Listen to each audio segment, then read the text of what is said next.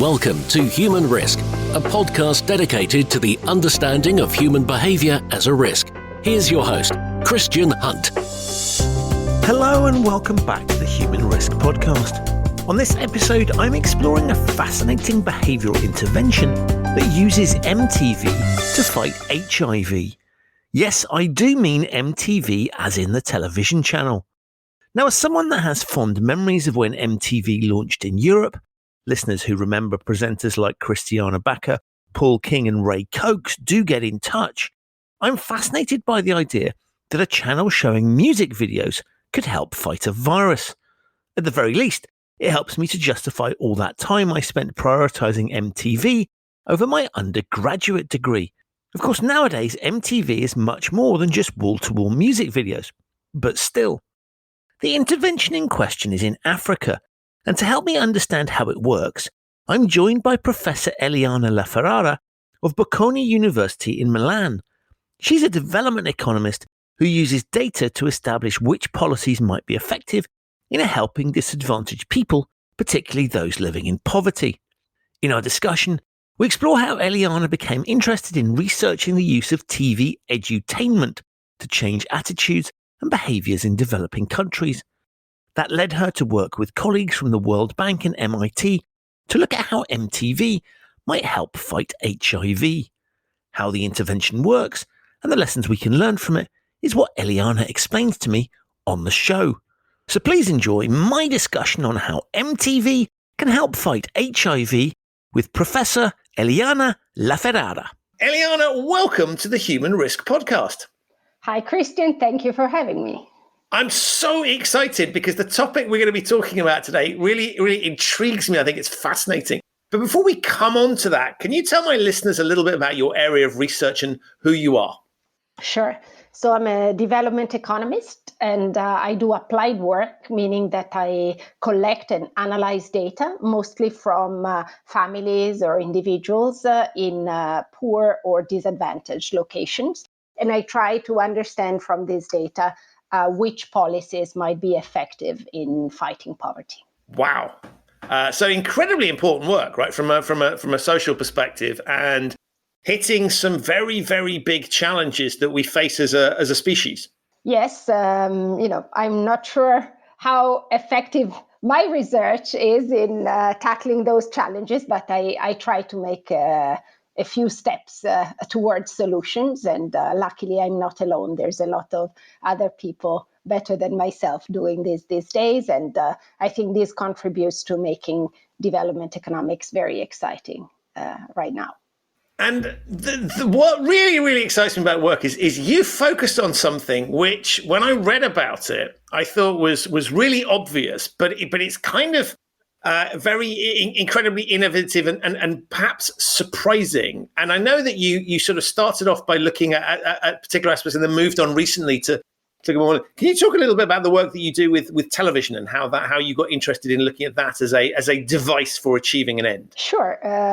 Well, I've always been interested in not just the economics of things, but how social structures and some constraints that society imposes on people might affect economic choices.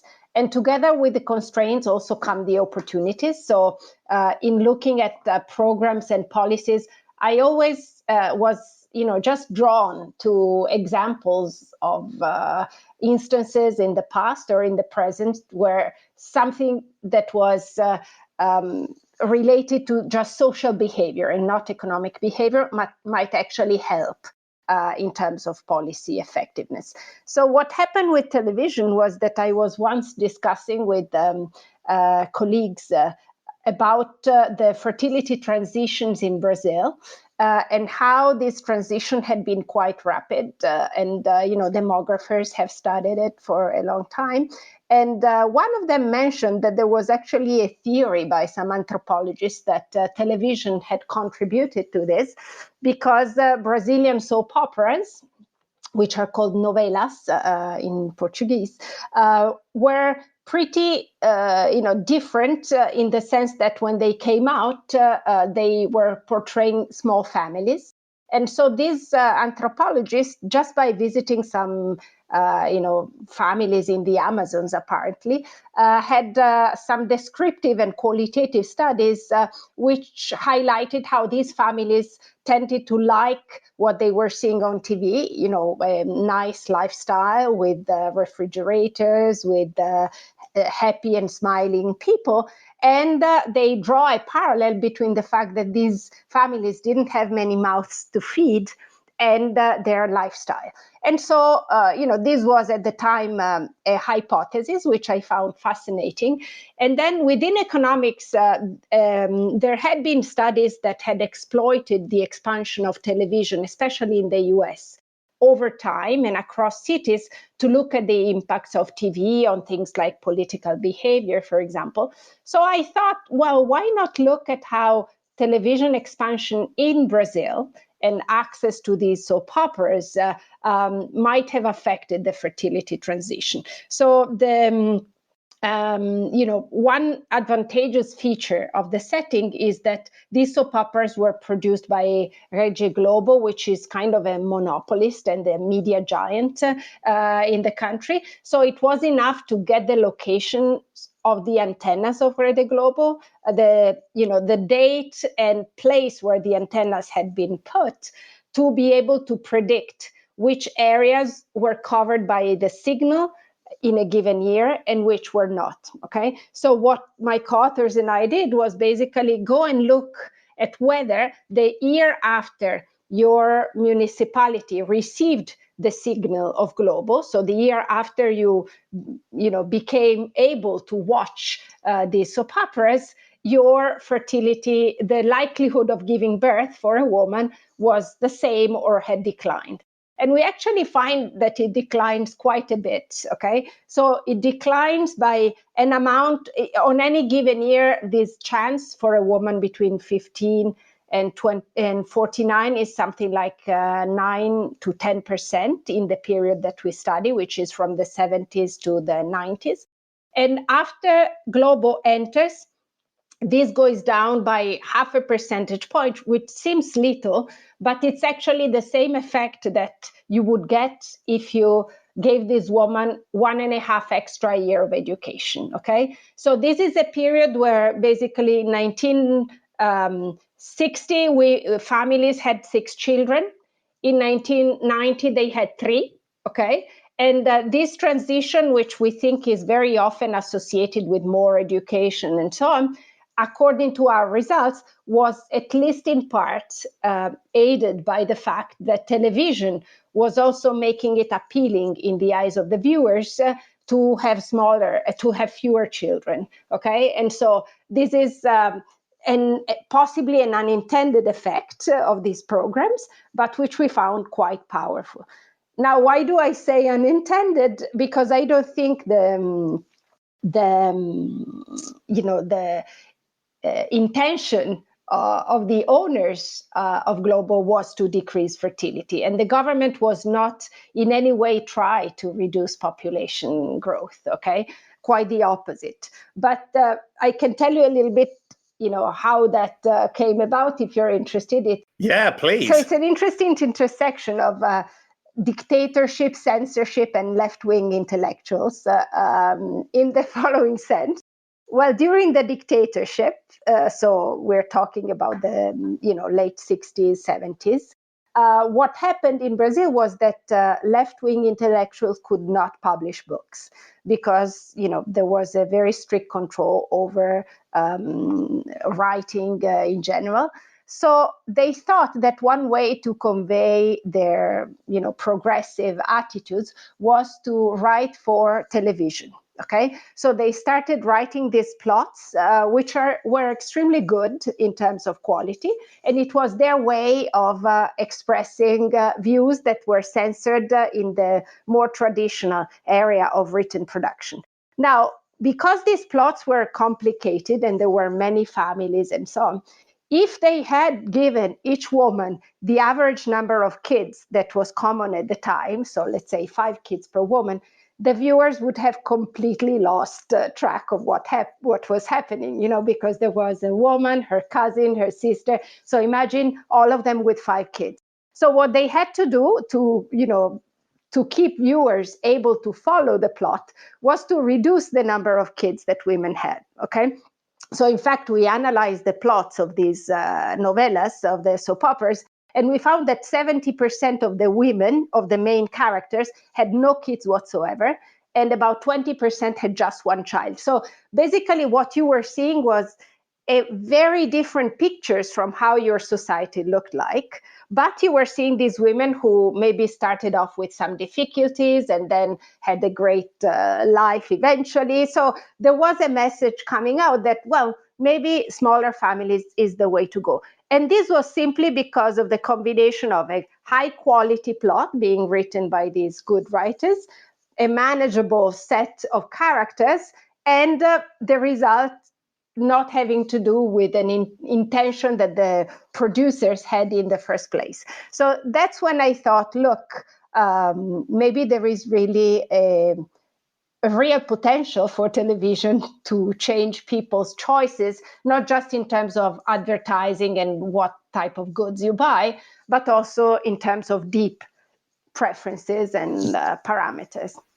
And I started looking at it as a policy tool.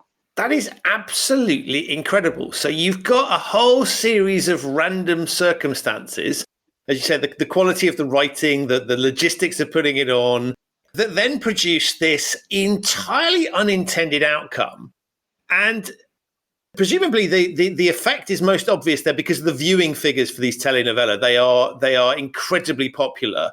And so this is something that lots of people will be watching, as opposed to a minority thing, and that's how presumably you can be a little bit more confident around the impact it's yes, having. I see that you know a lot about novellas in Brazil.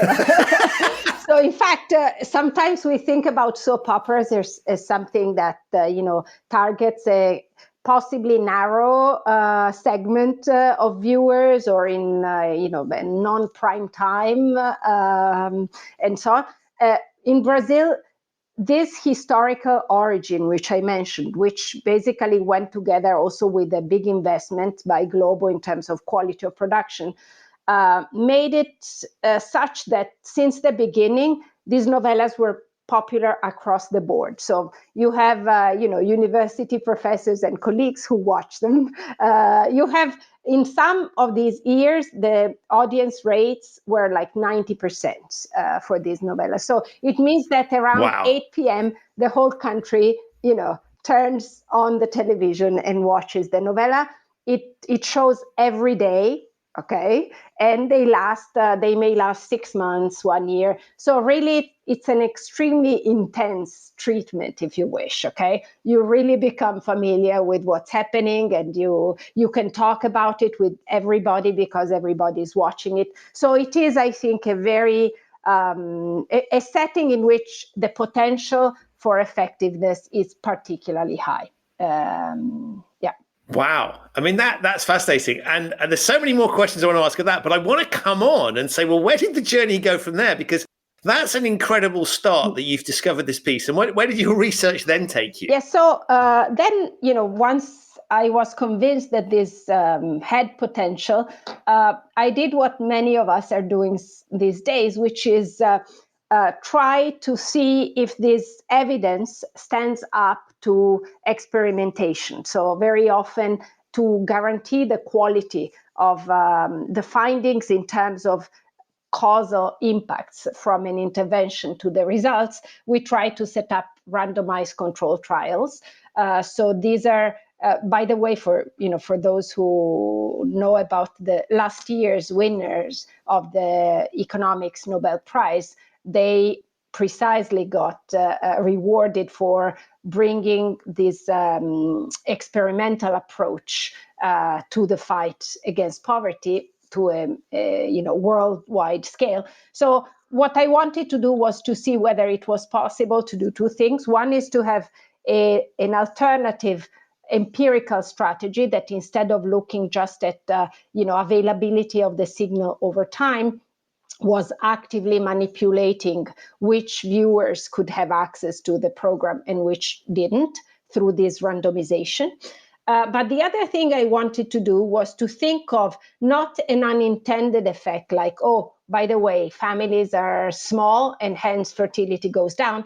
But how about we place in the plots some messages that are educational on purpose, okay? And I didn't come up with this idea. It's something that has been advocated by social psychologists, sociologists, as well as communication scientists.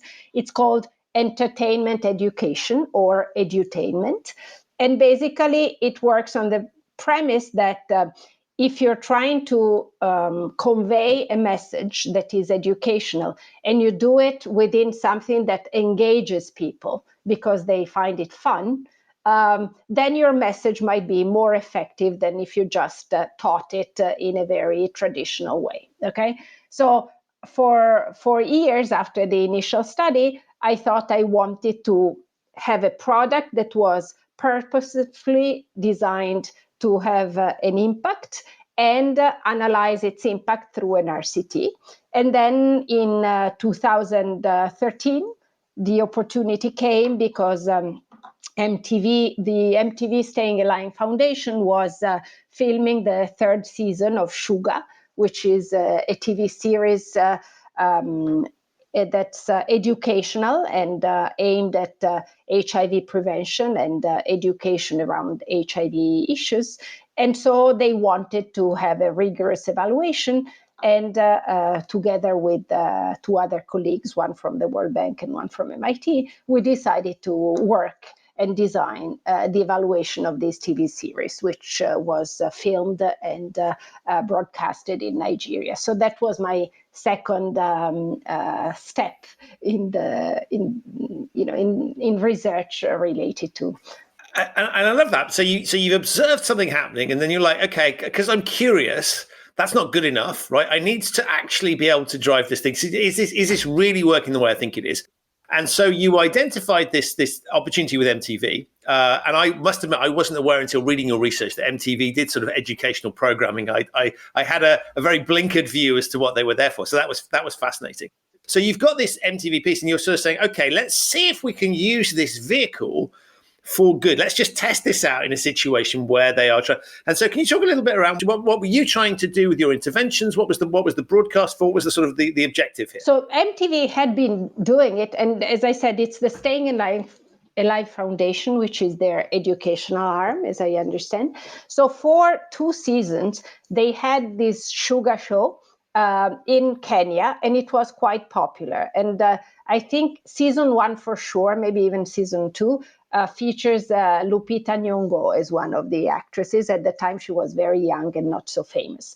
But so they wanted to expand to other countries in Africa. Their second country would be Nigeria. And this time, instead of just filming and broadcasting, they said, let's team up with researchers so that we can measure the impact of what we do, okay? And this is nowadays quite common among media companies that want to then raise funds for more productions, because the moment you can show that there are real impacts of what you do, of course, donors become, more confident in trusting you with their money. So what we thought we could do was that before the series went on TV, because once it goes on TV, what happens is that you can no longer separate who watches it and who doesn't, okay? Meaning you could, if you relied on people's choices. So, you like MTV programs, you watch it. I don't watch it. And then you could say, okay, let me compare Christian and Eliana. Okay.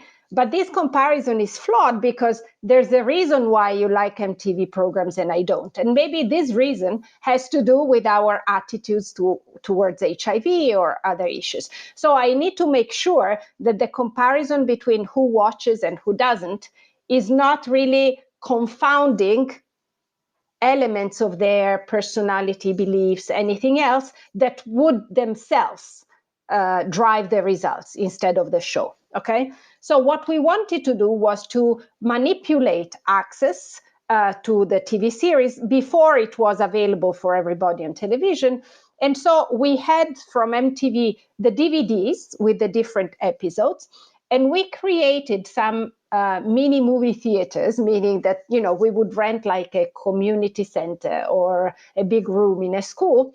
We invited people from the neighborhood, okay, with tickets that, we gave out and say, hey, would you like to come during the weekend and watch some movies? So we had to pack the series into, blocks of 3 episodes each time, because one episode is 22 minutes. So, we couldn't convey them.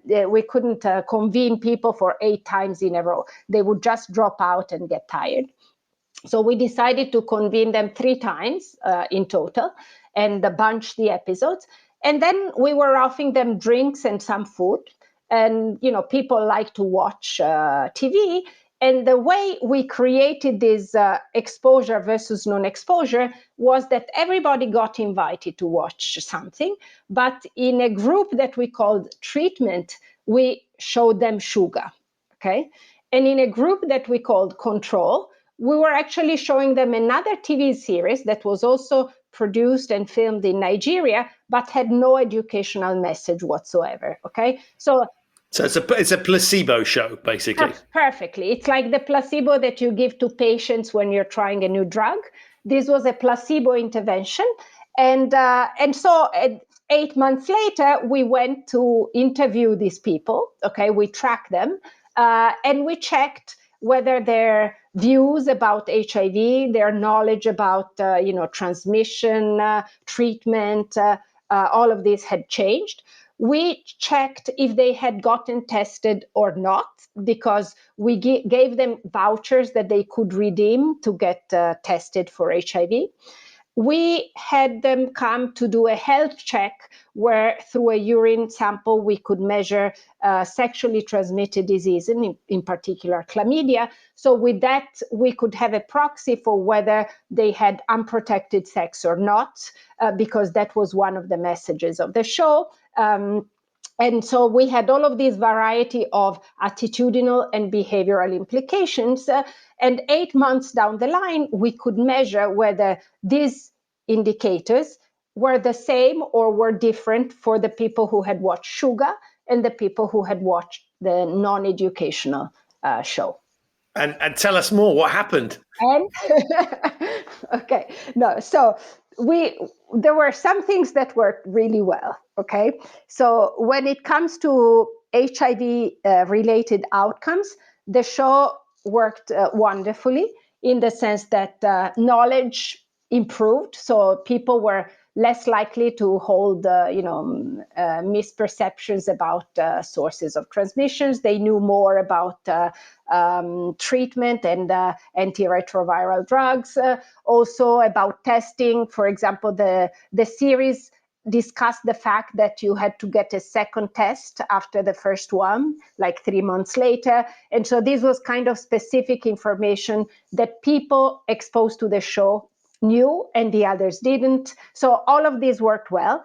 Also, attitudes had improved, because one of the goals, if you look at the characters, is to really decrease the stigma that's associated with being HIV positive. And so this also had showed very good results, and testing rates doubled. Okay, so very few of these young people got tested. Sorry, I didn't mention it, but the viewers were 18 to 25 years old, because this is kind of the target of MTV. So even younger possibly would have been a target. But what happens is that in this population, very few were getting tested at the time, say 3% or slightly more. And we doubled that, which is still, not a huge increase, but it was significant. And we also saw a reduction in chlamydia incidence, especially for women. So this means that overall, the kind of riskiness of their sexual activity had gone down. Okay, so all this was kind of the good news. There was one outcome on which we were very disappointed, and that was condom use. Okay, so throughout the series, one of the clear messages is that it's a good idea to wear a condom because this prevents transmission. And we thought this message would have gone across and that people would adjust their behavior. And we absolutely didn't find that. Okay, so we measured it in many ways, self-reported, or we had them play games where they could choose between money and condoms to see, if they looked at the trade-off in a different way. No, the two groups were behaving exactly in the same way. And so we were a bit puzzled because, somehow this should have been affected. It wasn't. But then, and then I told you that STDs went down. So we were like, how is it possible if they're not using more condoms that STDs go down? And one of the things that happened was that people started decreasing risk in another dimension, which is the number of concurrent partners that they had. Okay, so it was about 1 in 4 of our participants had more than one sexual partner, at that time. So they were seeing more than one person. And the movie does show that this is a risk factor. Okay, because there's a woman who has a sugar daddy, so this older lover who, pays for her clothes and whatever. And because he is positive and she doesn't know, eventually she risks giving it to her boyfriend, who in turn has slept with one of her friends. So it's all of these intricate things. But basically, it was clear that seeing more than one person at the same time could increase risk. And we do find that the likelihood of having concurrent partnerships and also the number of concurrent partners significantly decreases. So maybe people didn't feel the need to use more condoms because they internalized the fact that they were seeing fewer people. But then, this is one interpretation. The fact is that most of the other goals were achieved. Condom take-up was not one of the successes, but that's for the next series to work on. Yeah. And so the plot, the things that the sort of the targets for the interventions, if you like, the objectives, that was set by the producers. So you had no part in the scripts. And I guess why would they ask you? Because you're not going to. It's your position to help with script writing. But they'd already decided what they were targeting. And were the scripts written with an objective in mind, or was it just we'll try a load of things? So in other words, were you measuring specific objectives, or was it just we'll put some content in there to see what happens? Yeah. No, so they had their own teams on the ground doing focus groups and research just to understand which were the things that viewers would react to. And they had their story plot, also because it was in some way an evolution of the first 2 seasons. So these were the creative people from MTV, and as much as we like to think of ourselves as creative, economists are not usually credited with much, contributions to this line of production. There was one set of exchanges we had early on while they were scripting, which was about facts around fertility control and contraceptive use, okay? Because we had data from Nigeria collected by the Demographic and Health Survey. So this is data that is available and that contains information on people's knowledge about different contraceptive methods, take-up of different contraceptive methods. And so I think MTV at the time was developing a subplot where a couple was, there was the husband that wanted a kid, the woman that didn't want a kid.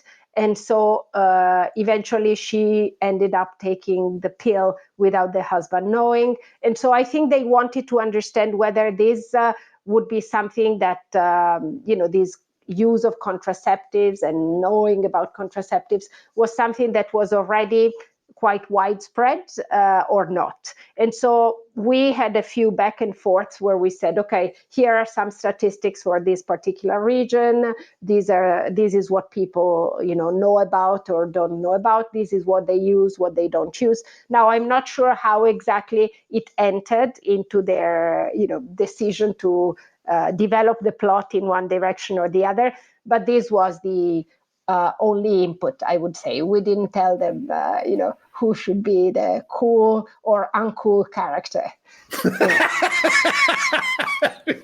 See, I hadn't thought about that. That's fascinating. And so this clearly works, right? And it clearly has an impact that is, I mean, substantial and significant, right? This is not sort of, in the margins here. This really has driven certain behavior types. And I'm fascinated, and I know you can't put yourself into the head. I'm fascinated. Why do you think that is? Because sort of on the face of it, I can concoct two arguments. Argument one would be, well, that's how we learn, right? We're always told stories. And so all this is doing is a 21st century version of something that we've done, for centuries, where we tell each other stories and we learn that way. On the other hand, I would sit there and go, it's surprising that it has the level of impact that it does have, because we are, I guess we're alive to these things. We're alert. None of us likes being told what to do. And so there's a risk there of sort of, that you look at it as either a piece of fiction, or if it goes too far, if it tries too hard, you could sort of go, I'm not having them telling me what to do. And I'm fascinated sort of what your thesis is, recognizing that you can't put yourself in their heads as to why does it work? I think you absolutely got the trade-off, which is at the core of whether and why it works. Okay, so the positive for this approach, the thing that would make it work, is precisely the fact that it overcomes certain barriers that we kind of build the moment we realize that someone is trying to lecture us. So think about HIV in particular. There have been tons of education and information campaigns on safe sex, abstinence, all of that. And eventually people do perceive that someone is trying to impose a choice, or that these people might have either second motives or not know enough about their own reality. So, these campaigns might work, but might also not work precisely because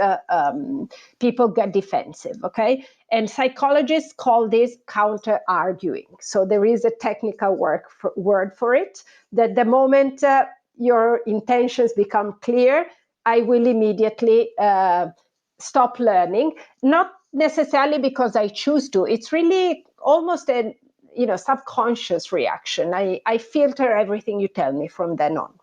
So what happens when I'm watching a movie or a TV series is that I don't expect to receive lecturing, okay? So my defenses are down. And I absorb, I'm engaged, I'm happy, I'm following what's happening. So if the production is good and the messages are intertwined with the plot, basically these defense barriers are down, okay? What happens instead, if you are too obvious and you become too pedagogical, is that the effectiveness might actually go down. And so in this type of programs, it is very important that you find the right balance between giving enough information and making it entertaining enough, okay? So for example, what happens is that you will not teach the most important lessons with a goody two-shoes character, okay? You will have these positive roles, negative roles, and then the most important characters are what are called the intermediate models, which are people who transition from good to bad or from bad to good. And these are the ones that viewers can identify with, okay? So in that sense, they don't see you as, oh, they are trying to propose me this model of a saint who does everything right. The important lesson will come from someone who has made a lot of mistakes that maybe has hurt other people, but then eventually realize why. And so you are able to connect to the fact that, even if you yourself are imperfect, you can do things right. Okay. So this is one way in which effectiveness is enhanced, which is by making you identify with the character, connect, feel that they're not trying to manipulate you, and then absorb the message. There's also something a bit more practical, which is in some of these productions, you exemplify steps towards the goal that you want to achieve. So, for example, you want to get tested, you show that, the thing you do is first you make an appointment, then you go there, it's only just a pinch in your finger, then they tell you have to come back in 3 months. So you show the sequence of actions so that viewers don't have to think that, this is, a goal that's too far from my possibilities. There is a path that I can follow. And maybe for testing, the path was not so difficult to figure out, but in other areas in which this has been applied, like, financial literacy, for example, some shows have had characters that went step through step into, how do I get out of debt if I gambled? And so there are all these exemplifications that you can rely on to make the task more manageable. And that's something that you can do with TV. Now, the risk and the reason you're right in saying, well, it might not work, is that not only, if I realize that they're trying to teach me, I might get upset, but also, there's nothing that gives a stamp of approval or of quality to the information. So it might be that when I see something as part of a fiction, I don't even consider it reliable. Or it might be that in order to make the program as a whole appealing, this educational part is mixed with so much other garbage, so many other things that sorry for, I shouldn't be dismissive with. No, it's funny. But it is true that you have a lot of gossip, you have, people cheating on each other and all of that. So maybe to keep the viewers hooked, eventually you end up balancing something that's not so positive with the educational message. And I think this is really where it makes a difference whether the production is a high quality production or not. And I was thinking as you were talking, I mean, what's interesting here is this is presumably a topic that they would have seen what I'll loosely call government interventions on before. So you're not bringing a topic they've not heard anything about. This is something that they would have heard. And so in a way, that backdrop of sort of bringing that into the drama becomes a little bit more challenging, because you're not stealthing something in on a brand new topic. You are dealing with some pre-existing notions based on the fact that, the government has already been preaching to you around this. So in many respects, the backdrop to this is possibly more challenging than it might be, I don't know, with, say, a COVID education, or something where you haven't necessarily seen it before. So it's almost more impressive in many respects that it seemed to work as well as it did, given that backdrop. But yeah, you're right. Although I think the particular way in which it was portrayed in that season of Shuga was really about, what happens if you lie to your friends about the fact that you're positive, okay? So it's not really very heavy into, go get tested or do something like that. It's more like, here is a really cool character that everybody likes from seasons 1 and 2. Now he was in Kenya, he goes back to Nigeria, where he's from. He finds his ex-girlfriend or whatever, and then he is taking ARVs. He's a very good and positive character, but for some reason he doesn't tell people. He's ashamed, okay? And so this is more like about hanging out in clubs with this guy and the group of friends that he has, and then the romance and the drama and all of that part. But with this element that because he didn't say, and then this created all of these problems with potentially infecting someone else. And so you realize the consequences. So it's not exactly along the same line of communication as the government was using, but it is true that certainly people, had some prior information, and maybe this might have been less effective than if it came completely on virgin territory. And so what you're saying here really is that the reason this is successful is that it's very human. So first off, you're not putting something artificial down a channel. So the plot interventions aren't ridiculous. You are choosing characters that are believable rather than angelic or evil. So you've kind of, and you're only touching those bits of the topic that are authentic for that content. And in fact, actually, as you were talking, I was thinking, these are things it's really difficult for the government to include, right? You couldn't have a government campaign that was talking about the sorts of scenarios you were talking about, because that's going to be problematic. So actually, this is the perfect vehicle. So in a way, what you've demonstrated here, I think, if I'm reading it right, is that it's important to see it not as the sole communication piece, but as part of a broader bit. Yeah. And so identify the elements that work well through this channel, and do not mess around with the dynamics of the channel. So don't push things through the channel that don't make sense, and really target it so that it is, I guess, authentic for the medium. I'm absolutely on board. So I've never seen this as the only way of doing things, because I do see a lot of limitations, and also, just the fact that you have 22 minutes in an episode, and there's only so much you can say. You need to be very selective, okay, in terms of the educational message, because otherwise it becomes a preaching show and not an entertaining show. So there needs to be another set of policies that are more traditional, okay, either in terms of communication or in terms of empowerment. You still need to spend on education, on health, all of these things. But you might increase take-up of these other services by cleverly using TV, or, nowadays maybe social media, all of these other vehicles that we tend to see as potentially only distracting or time absorbing in an unhealthy way, and that instead can be leveraged to some extent for a positive goal. You mentioned social media, which is sort of obviously the next logical place to go in terms of this work. Is that something you're starting to look at?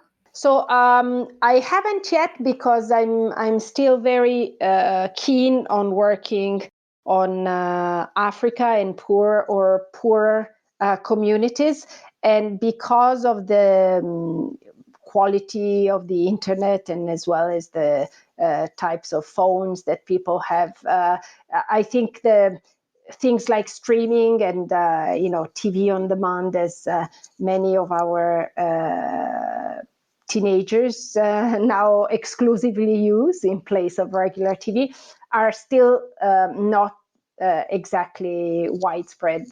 But I know that, for example, some recent research in trying to push social distancing during COVID times, or these kind of public campaigns, have used influencers or social media in that respect. So I do think there is a lot of potential. I think they could replace these TV series, although, I think Netflix has been doing pretty well lately. So all I'm saying is that how you watch it will depend.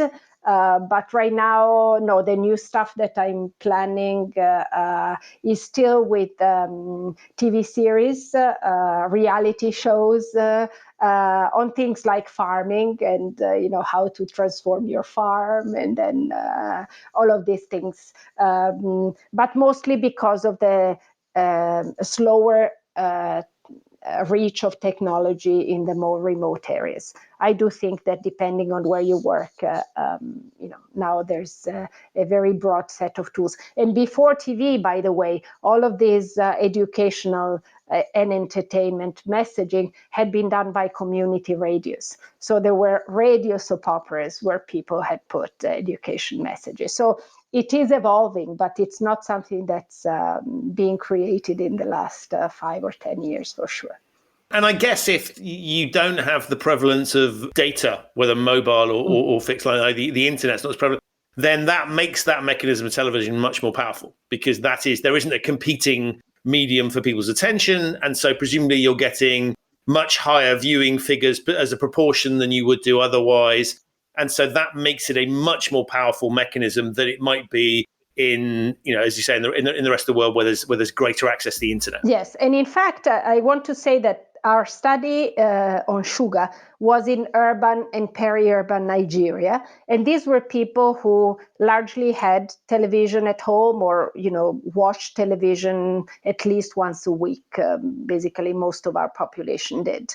There is research that's been done in rural communities and sometimes in places where people had hardly seen a television or a movie, that finds spectacular impacts because it really becomes the event that everybody wants to attend. Okay, one recent study in Ethiopia, in remote locations, simply showed short documentaries of people from the community who had been successful in becoming small entrepreneurs. It wasn't even fancy, TV series or movies. They were like short clips, and then found effects years later on people's aspirations, take-up of businesses, and all of that. So if you go to rural areas where people are not so used to watching TV, this becomes much more of a factor, just to be engaged, and it can be pretty powerful. Yeah. You're talking in positive sense, right? Here's an attempt to go out and influence for good. Mm-hmm. As you were talking, I was thinking, well, my mind was racing into the sort of the opposite end, so propaganda type pieces. And it strikes me that if you can have this much of an impact doing good, then clearly the content that's going down these pipes or over the airwaves becomes quite critical, because obviously it can have the opposite effect. And I wondered what your thoughts were on, is there a strong argument for policing this more? And looking at, and I don't want to say censorship, but maybe regulation around this, because clearly if it works well intended in the good, you can use it for the opposite, either intentionally or without even realizing that you're having that impact. Again, you've touched on something really crucial. You are right. And there is a really striking example historically of what you're saying, which is North Korea. Okay, so a famous director and actress from South Korea were kidnapped and held for, I think, over 2 years to film pro-regime movies that then the dictatorship used to just say that North Korea was this great place. I think eventually they were released, but and this was maybe 20 years ago or something like that. I don't remember the date, but anyway, it is clear. And in fact, if you look at autocratic regimes, one of the first things they want to control is media and television. And it is clear that even this movie industry can be pretty, important to reach out to people. And you could manipulate it not for the good, but for, less good purposes, as was done in this case.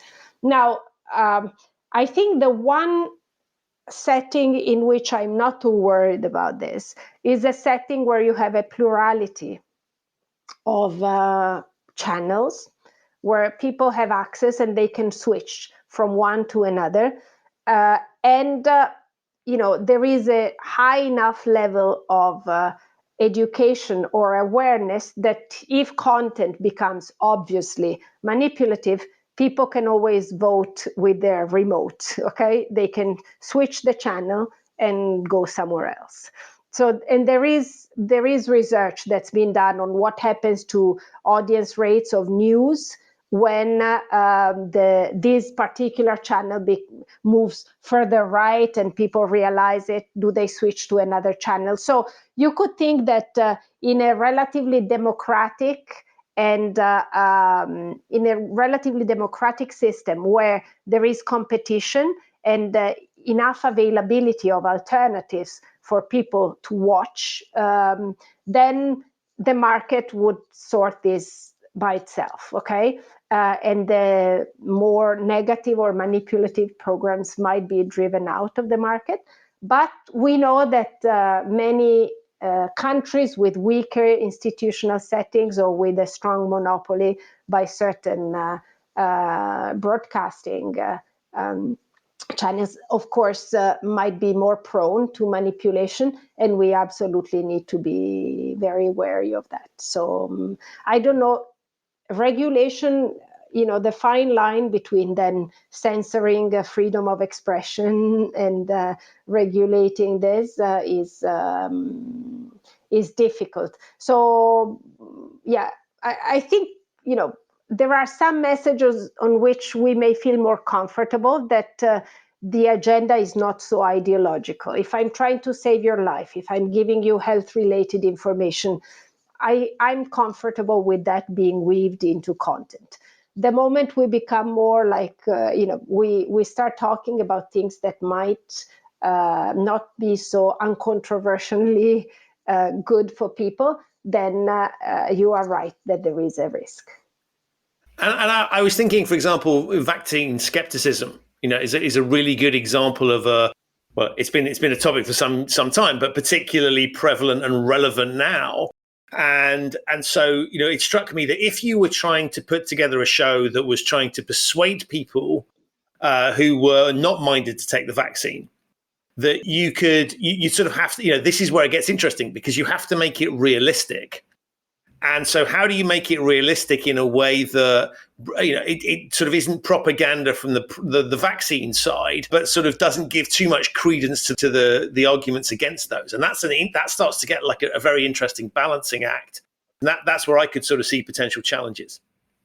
Yeah, I think, inevitably you would have to portray both sides. You couldn't just go with the pro-vaccine one without looking biased in a sense, even if you were convinced that this is the right way to go.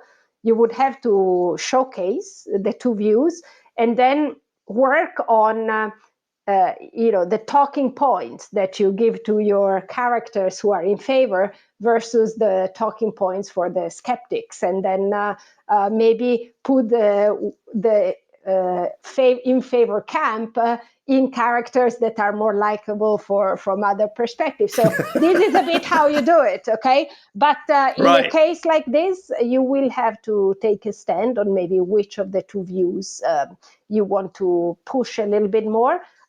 Of course, without shutting down the other, because I think that not just because of fairness, that would also make the debate less realistic and less liked by the viewers. So I don't know if people are doing that. I'm not aware, but there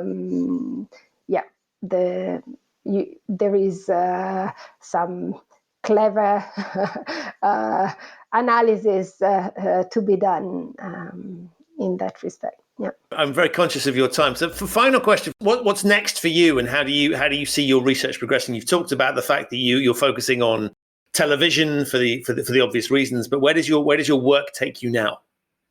So I've set up a number of studies now on something that's not really just using television, but that's still trying to leverage the power of community and of people's expectations about each other and social links. So I told you how I always looked for an intersection between social and economic. And one of the key key policy debates nowadays when it comes to opportunities is also the empowerment of women in poor communities, and which factors hinder gender equality. And also the role that some detrimental social norms have had over time. So in particular, I've become very interested in understanding female genital cutting and why this practice is so persistent. And so we've put together with some NGOs in different countries of Africa, different types of programs that, first of all, have communities discuss and understand better whether this is a practice that is still widely shared and supported or not, because very often these norms continue, possibly based on wrong beliefs. Everybody expects that, people around them are in favor, but maybe privately everybody will be against it, okay? So we've tried to have meetings where people could, anonymously vote in favor or against, and then disclose what are the popular beliefs, as well as in other cases have sort of information campaigns on the health consequences and on the other hand, how to value the cultural aspects of certain initiation rituals without these harmful consequences. So I've become, overall very interested in thinking about norms that constrain women's economic progress in low-income settings or in conservative societies, and how to use kind of grassroots-based approaches to improve outcomes and reduce the incidence of these harmful norms. It is a little less cheerful as a topic than novellas or TV series, but that's what I'm doing these days. Wow, that's incredibly important stuff. And I think, what I find fascinating about it is I don't have much experience in those environments, but did the read across to even the quote unquote developed world, it's fascinating. So I think what you're doing is incredibly important in that context, but I think there's some broader lessons that all of us can learn as well. So, I think it's fantastic. And you have been an absolute pleasure to have on the show. It's been fun, engaging, entertaining. And, the biggest compliment I can always pay my guests is that they make me smile and they make me think. And you've done both of those things. So thank you so much for everything. I will put links to your research in the show notes so people can find it and follow up. But Eliana, thank you so much for coming onto the show. Thank you. And you've been a great host. I don't know if it's much of a signal, but you've made me smile and have fun as well. So that's great. Thank you very much. So that's it for another episode of the Human Risk Podcast. My enormous thanks to Eliana for appearing and to you for listening. To find out more about Eliana and her research, have a look in the show notes. There are links to both there. If this is your first time listening to the Human Risk Podcast, welcome. You can subscribe wherever you get your quality audio content. It's available on all of the major podcasting platforms. If you like the show and have yet to leave a 5-star review for it, please do so. It really does help. To find out more about human risk, the work that I do with my clients, and how you can help mitigate human risk in your organization, visit human-risk.com. There you will find links to the Human Risk newsletter, blogs, and video blogs, as well as other resources that can help you understand more about the subject. I'll be back with another episode of this show very soon, but in the meantime, stay safe, enjoy your MTV, and thanks for listening.